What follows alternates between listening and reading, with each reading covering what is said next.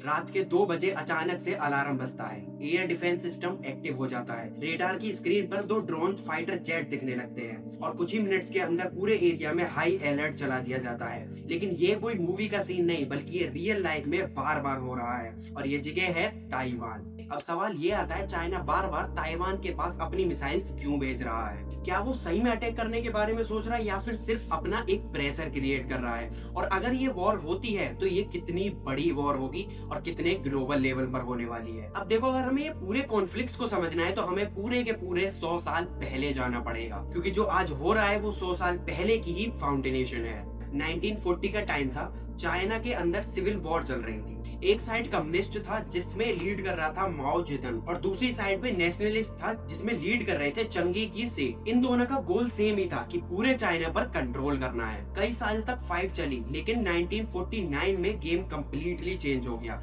Communist जीत गई और उन्होंने अपनी एक चाइना पर पूरा का पूरा कंट्रोल जमा लिया और यहीं से मॉडर्न चाइना बना, जिसे आज हम पीपल रिपब्लिक चाइना के नाम से जानते हैं। लेकिन पूरी स्टोरी यहीं पर खत्म नहीं हुई। जो नेशनलिस्ट हार गए थे वो एकदम गायब नहीं हुए। वो भागकर एक छोटे से आइलैंड पर चले गए और जिसका नाम था ताइवान। और यहीं जाकर उन लोगों ने अपनी एक गवर्नमेंट भी तैयार कर ली। यहीं पर सबसे बड़ी कंफ्यूजन स्टार्ट होती है, क्योंकि दोनों ही अपने आप को मेन चाइना बोलते थे।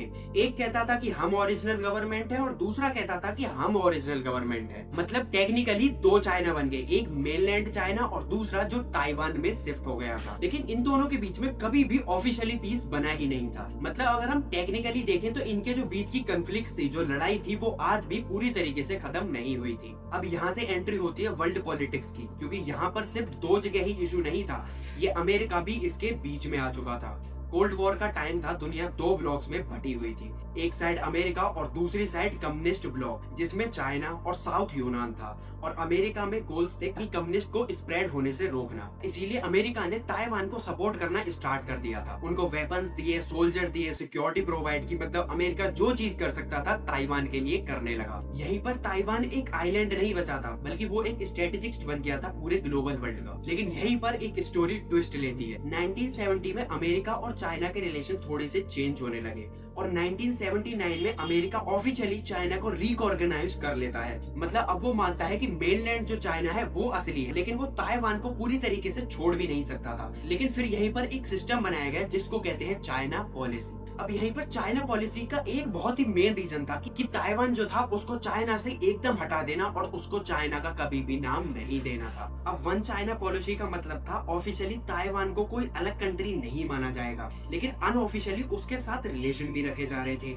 और यहीं से सबसे बड़ी कंफ्यूजन स्टार्ट हो जाती है। अब आते हैं हम अपने प्रेजेंट पे। अब इतनी कंफ्यूजन क्यों बढ़ती जा रही है? अब सबसे पहला रीजन आता है पावर। चाइना दुनिया का आज सेकंड लार्जेस्ट इकोनॉमी है और वो सुपर पावर बनना चाहता है और उसके लिए उसको रीजन पर फुल कंट्रोल चाहिए और ताइवान उसके लिए एक अनफिनिश्ड चैप्टर है। चाइना ओपनली बोलता है कि ताइवान उसका ही हिस्सा है और एक दिन वो उसको वापस लेगा, चाहे पीसफुली या फिर फोर्सफुली। अब दूसरी तरफ आता है ताइवान, जो कि अब स्ट्रॉन्ग डेमोक्रेसी बन चुका है। उसकी अपनी गवर्नमेंट है, उसकी अपनी सोल्जर आर्मी है और सबसे बड़ी बात यहाँ पर यह आती है, उसकी अपनी आइडेंटिटी भी है। और आज ताइवान के काफी लोग खुद को चाइना नहीं बल्कि ताइवानियन मानते हैं और यहीं से सबसे बड़ी प्रॉब्लम स्टार्ट होती है। अब यहाँ से सबसे डेंजरस फैक्ट्री आती है टेक्नोलॉजी। ताइवान दुनिया का सबसे बड़ा सेमीकंडक्टर प्रोड्यूसर बन चुका है और सेमीकंडक्टर वो चिप होती है जो हर जगह यूज होती है। Phone, laptop, car, missiles, literally हर किसी चीज में। और इसी फील्ड में सबसे बड़ी कंपनी है TSMC, जो दुनिया की मोस्ट एडवांस चिप बनाती है।